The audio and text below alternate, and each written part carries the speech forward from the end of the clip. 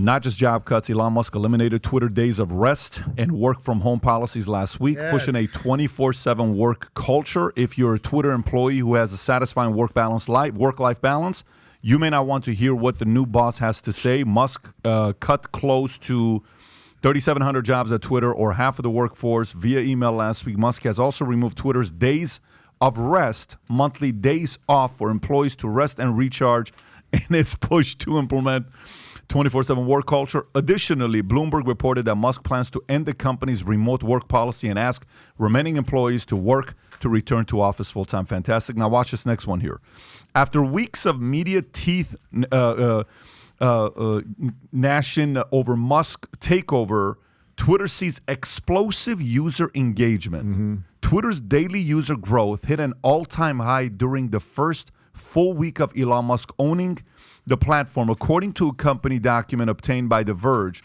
Since Musk's dramatic takeover, Twitter's monetizable daily user growth has accelerated more than 20%, while Twitter's largest market, the U.S., has grown even more quickly. Per the FAQ, Twitter has added more than 15 million monetizable daily user, not bots, crossing the 250 million mark since the end of second quarter, when it stopped reporting financials as a public company. So on one end, they're bashing the guy. On the other end, it's getting more engagement than ever before. Look, the fact that he's just doing this blue thing for $8, it's like, look how many people are doing it. I don't know what the numbers are on that yet, but people wanted to give Twitter money, and Twitter had no mechanism to do it. I think Twitter is going to look completely 180 different in a year from now than it looks right now. It's going to look much more like WeChat, which is a Chinese app, which there's all sorts of reasons that we shouldn't be cloning Chinese apps, but that you're going to be able to do much more within Twitter in terms of purchases and communities and all sorts of stuff. That's obviously the route that he's going, but he has unlocked something.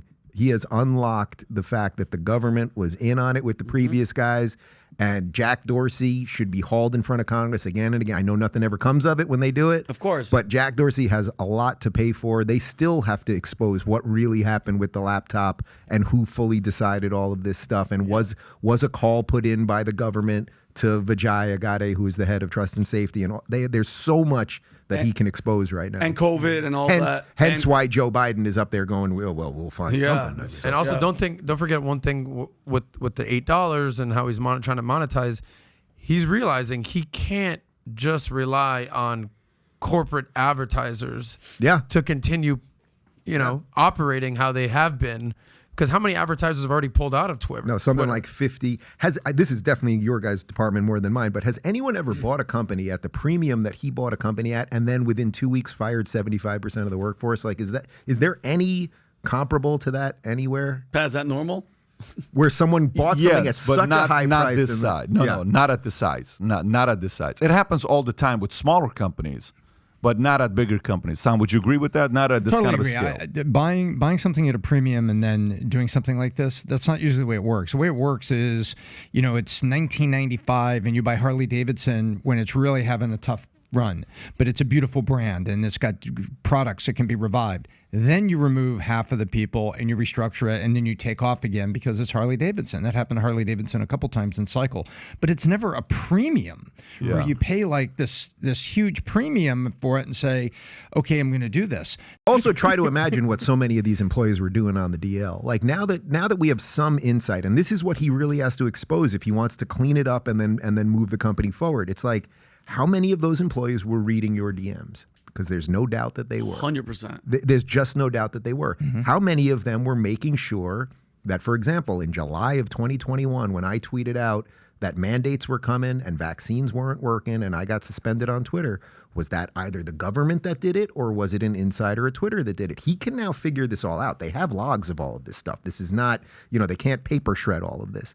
So it's like if he just goes in and figures out who did what, when did they do it, and get rid of everybody. I mean, everybody there. Do not hire because of equity, hire because of competency, and give everybody what they want. He has it. In some ways, it's a very easy job because everyone wants him to succeed, except for Biden. I like what you said there. Do not hire because of equity, hire because of competency. And that's a major theme in America today, right?